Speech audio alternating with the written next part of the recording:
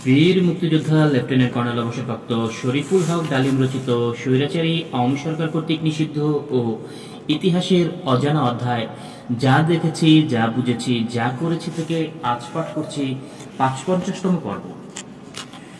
সে বলল, খাস নিয়তে গোপনে যা কোনো কিছু চেয়ে মাজারে সুতা বেঁধে দিলে সে আশা অবশ্যই পূর্ণ হবে আপনাদের ফজলে। আমাদের প্রত্যেকেরই হাতে এক টুকরো সুতা তুলে দিল গাইড। আমরা তিনজন মাজার জিয়ারত করে যার যার চাওয়া মনে মনে চেয়ে সুতা বেঁধে দিলাম মাজারে। মাজারে কোটি কোটি সুতার টুকরা বাঁধা রয়েছে দেখতে পেলাম। বাংলাদেশের স্বাধীনতা চেয়েছিলাম তিনজনই। ঘুরে ঘুরে দেখলাম সমস্ত প্রসাদ।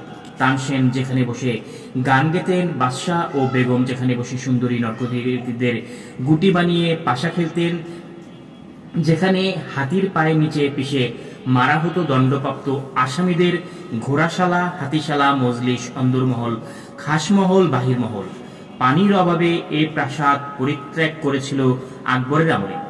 প্রাসাদের সর্বত্রই ময়ূর উড়ে বেড়াচ্ছিল। ময়ূর ইন্ডিয়ার ন্যাশনাল বার্ড।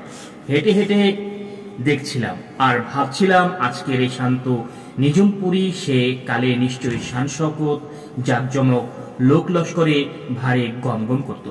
কত না জানি কাহিনী ঘটনা চাপা পড়ে আছে পাথরের ভাঁজে ভাঁজে। কত ক্ষোভ, যন্ত্রণা, হাহাকার গুমড়ে মরছে।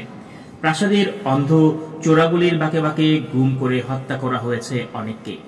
জনমানবহীন পাষাণপুরীর বাতাসে সেসব অতিপ্ত আত্মার করুণ আর্তনাদি যেন শুনতে পাচ্ছিলাম। গাটা ছমছম করে উঠছিল। নিজের অজান্তেই দল থেকে আলাদা হয়ে পড়েছিলাম। চলতে চলতে হঠাৎ ভীষণ ভয় হলো। প্রাসাদের গোলক ধাঁধায় যদি পথ হারিয়ে ফেলি। পরন্ত বিকেল, সন্ধ্যা আগয় প্রায়। তাড়াতাড়ি পা চালিয়ে অতি কষ্টে রাস্তা খুঁজে বের করে হযরত সেলিম চিশতির মাজারের সামনে এসে দলের বাকি লোকজনদের জন্য অপেক্ষা করতে থাকলাম। অল্পক্ষণ পরে তারা সবাই বেরিয়ে এলেন। আমরা সবই একত্রে গিয়ে গাড়িতে উঠে বসলাম। এবার ফেরার পালা। একটানা গাড়ি চালিয়ে শেষ রাত নাগাদ ফিরে এলাম দিল্লি। সবকিছু মিলিয়ে খুবই আনন্দদায়ক হয়েছিল আমাদের ঝটিকা সফর। প্রতিটা মুহূর্ত উপভোগ করেছি সবাই।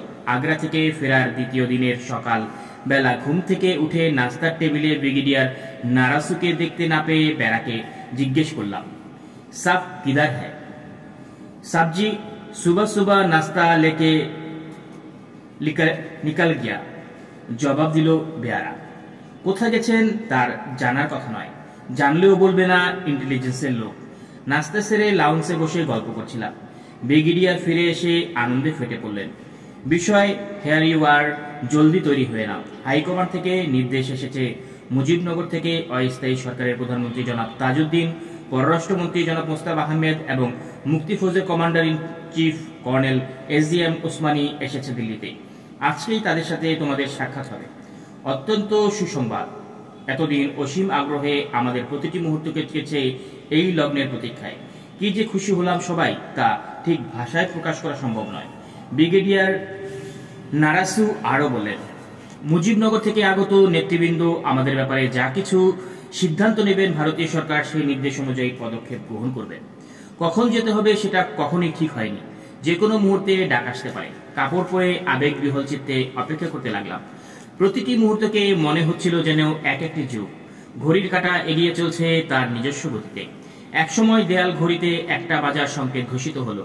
বেয়ারা লাঞ্চ সার্ভ করে খাবার টেবিলে আহ্বান জানালো।